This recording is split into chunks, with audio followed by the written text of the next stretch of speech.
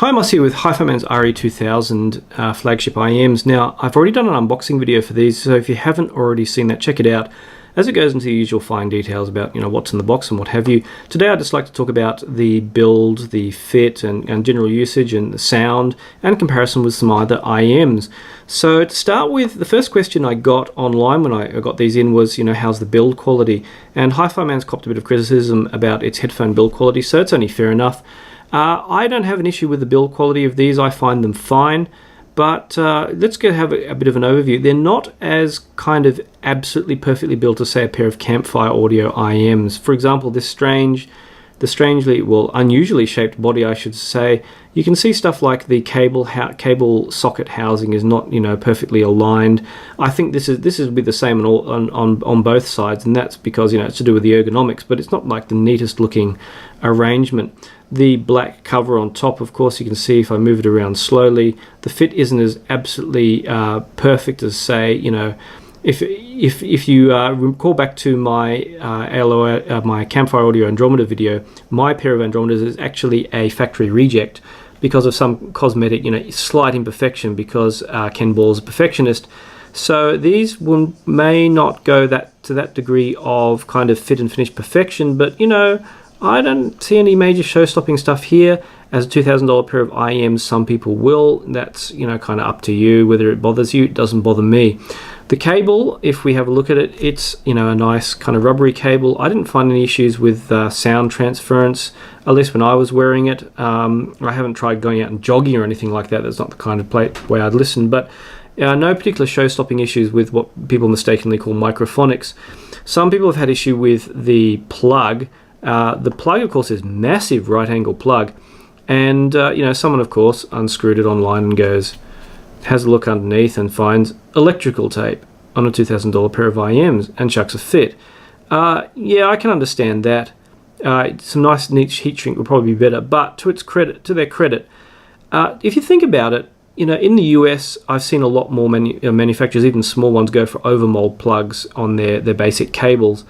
And even Campfire Audio, who's using their own custom cable, and that's probably the most cost-effective way to do a bulk cable in the US. But in China, there's probably normal labor. It may even be cheaper in many respects. I mean, iPhones are still assembled using hand labor to a large part. So, but also the fact that you can just open it up and desolder it and put on your own plug easily with this nice strain relief probably makes it gives it a little bit of an advantage there, because I wouldn't be surprised if this was the cables were made with this overmold on one end and then just nothing on the other, and it just be made per market, or HiFiMan has their own balanced connector, and so they might make a bunch of cables with those. It might just be more convenient for their manufacturing purposes, and I don't consider it as much of a negative whether it has heat shrink or tape on there.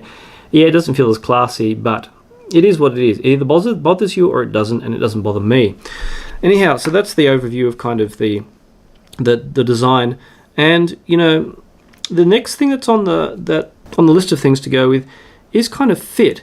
Now, I just want to jump in and get the good old Andromedas in here for a moment, because if we recall, they have this a unique design for their housing, and with all this kind of edging and stuff like that. And the new ones have a couple more notches in there to make them a little bit more comfortable. Now, I have very average sized ears, so this fitted neatly into my into my ears without any discomfort. But some people who had smaller ears had an issue. Let's just pop this up, and if I can remember which is left and right, that's right, and this is currently right. So if we have a look and try and line up these two designs, we want to go that way and get them neatly in front of the camera, we'll find that the HiFiMan is actually smaller. So it's still a kind of chunky design, but it's actually smaller than the Andromeda. And it's not the most neatest fit for a pair of IEMs. I mean, there's not going to be as neat as, say, we'll go the next way down, which is the good old Vegas. And you see the Vegas are even smaller and even neater. Now, with me, that didn't prove much of a problem. Inside my ear, I did feel this pressing against my ear, this edge around here. And if you have small ears, it might bother you. It didn't bother me. I could feel it, but it wasn't uncomfortable. So that fit was okay. And there's two ways to fit these. The actual body of the IEMs doesn't have a left or a right, but the cable does. So you can actually switch them around. Now the normal way, if I can just sort of demonstrate it here, is to stick them in your ear, then this goes curling over around the back, you know, typical of IEMs. You can actually set them up so that you can actually have it coming out your ear and going down. You can actually put this, of course, into either of the two IEMs that comes with it, so you can reverse it. Now it came, if you saw in the unboxing, with this funky adapter, and once I worked out kind of which way around it goes, okay, that's going into my ear, so it's got to go around my ear. Once I hooked this thing in, which is fairly easy to hook in, it's just got a notch in the side. Once I hooked that in, then I had this neat way of, you know, put the IEMs in, and then this would sit over and around my ear. Kind of hard to see, but that would sit, kind of hard to hold it so it can make sense. And that would sit neatly there around my ear, and then especially with the choker, this nice choker which you can see sitting here, that would hold pretty well. And the choker itself is a bit, you know, kind of slidey. It slides very easily, but you know, once there's a bit of tension on it, a bit of tension there, it doesn't slide too easily, but a bit too much. And in the end, I kind of tried that a lot, and you know, sort of hooking it around my ear like some of the headsets, you know, earpieces I've used for Bluetooth earpieces I've used for chatting on the phone. This would keep popping out, and then I have to pick it up, and then I've pushed this back in, and then I put it around my ear, and then put it down again, and this would pop out, and it became a little bit irritating, and I just gave up and just ditched it. But you know, it's a nice try all the same, and for holding the things in your ears. And I think if I was putting them in for a long time, for a long plane ride, I might consider putting them back on, just so they sat comfortably the whole time. So that leads into the sound, because that's one of the major issues with these. Now, it comes with a variety of tips, which, if I can zoom out the camera, you'll be able to see. I just got them out of shot. These tips, again, we have our dual biflange in 2 different sizes, which was unique. Now the stock tips, as you see, are these, if I can line up with the camera, which is in the reverse position from before, these stock biflange ones, which also have a black version included in the box. Now these are kind of interesting. Now, importantly for a dynamic driver pair of IEMs, these have a narrow nozzle. Now that, when we saw back with the Dita IEMs, which were the first that I recall anyway, or the first ones at least in here, which had tuning via the nozzle size, there also comes with a single flange tip, which you see here with a wider nozzle. If I can hold that up, you should be able to see that clearly. And it's one that looks a little bit pear-shaped. It's got a bit of a funny angle. And unfortunately, these biflange tips come in only one size. If you want to fit different sizes, you have to use the tri-flange. But if not surprisingly, this does brighten up the sound. Now, the sound signature by default with these tips, which is what I mainly used, is very strong bass, quite recessed mids, and then a big treble peak. And overall, that's going to be, not surprisingly, a nice result, a nice sound signature for use with a lot of acoustic music. Stuff like Chesky binaural, your jazz, your classical, fantastic. And for some people who find the bass overwhelming, then you can just swap in this single flange tip very easily, which I'll hold there, and that will give you a kind of, it just basically knocked out the bass without wrecking the treble. And speaking of wrecking the treble, now, normally you've probably seen my other reviews where I said, you know, I rolled this tip, I rolled that tip, and it gave this result. I tried the good old spin fits, the spiral dots and everything. Basically, everything else wrecks the treble. Now, the treble quality is excellent. Really, really non-IEM-like treble. The bass is excellent, punchy, really fantastic, really clear. The mid-range, of course, is recessed, but still excellent. Very cohesive, just not unlike what we saw with Campfire Audio's Vegas, which I have again sitting here. These, of course, were my standard for, you know, coherency and dynamic driver performance, and these may even just top it. But the thing is with these is, say with the Vegas, which I've got a Dita Dream cable on here, in case you're wondering. These, you know, I've got the spiral dot tips on here at the moment. You know, these work with complies. You can get a bit of tuning in there. They seem to work with a variety of tips and still maintain much of their sound with just a variation in treble. With the RE2000, everything else seemed to wreck the treble. The tri-flange just made everything, it removed that big spaciousness and just shoved everything into the middle, made them more flat sounding and kind of lose their great dynamics. These, of course, just knocked out the bass to a large degree, so it was some kind of more even sound, which some people may like. Yeah, complies, well, still wasn't that fantastic. Again, much the same as the tri-flange. It kind of made everything kind of more even, but kind of lose that great dynamic, a bit more muffle. Well, I wouldn't say muffled, but it kind of lost the quality of the treble that these have. And that fancy, you know, tech dynamic driver seems to work best with these stock biflange tips, and with that they do sound excellent. However, music-wise, there are some good and some bad.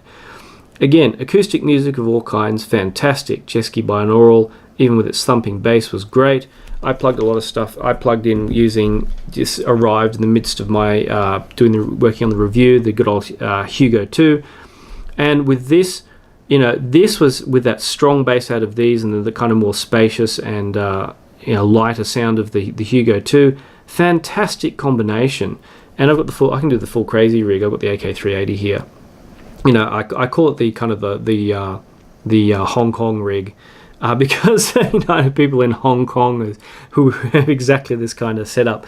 But you know, for that, you know, excellent sound, and it's just really spacious and enjoyable. However, I was just listening to some K.D. Lang, for example, and the recording quality wasn't as good as it could be, and that bright treble, that strong treble, just made the, you know, made it not less enjoyable for that, and some more modern music with strong treble, not so great.